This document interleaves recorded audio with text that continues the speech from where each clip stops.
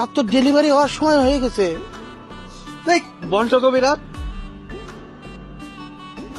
এই মান্নান কি করস?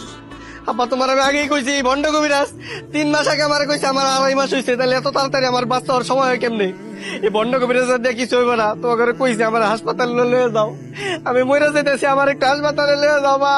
আল্লাহ রে। হ্যাঁ বাবা, আমার আগে তোরা হাসপাতালে নিয়ে যাওয়া উচিত আসলো, আমি ভুল করছি। এই পিজন, তাড়াতাড়ি একটা ব্যান্ড ডাক দে। আচ্ছা, আপনাকে কে বলেছে যে আপনার পেটে বাচ্চা?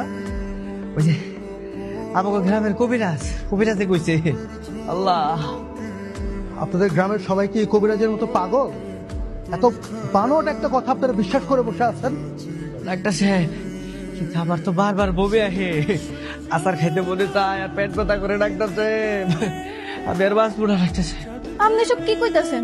পেটে যদি বাচ্চা না থাকে তাহলে পেট ফুলবো কেন লিগা? হ্যাঁ, পুরুষ মানুষের পেটে কি বাচ্চা হয়?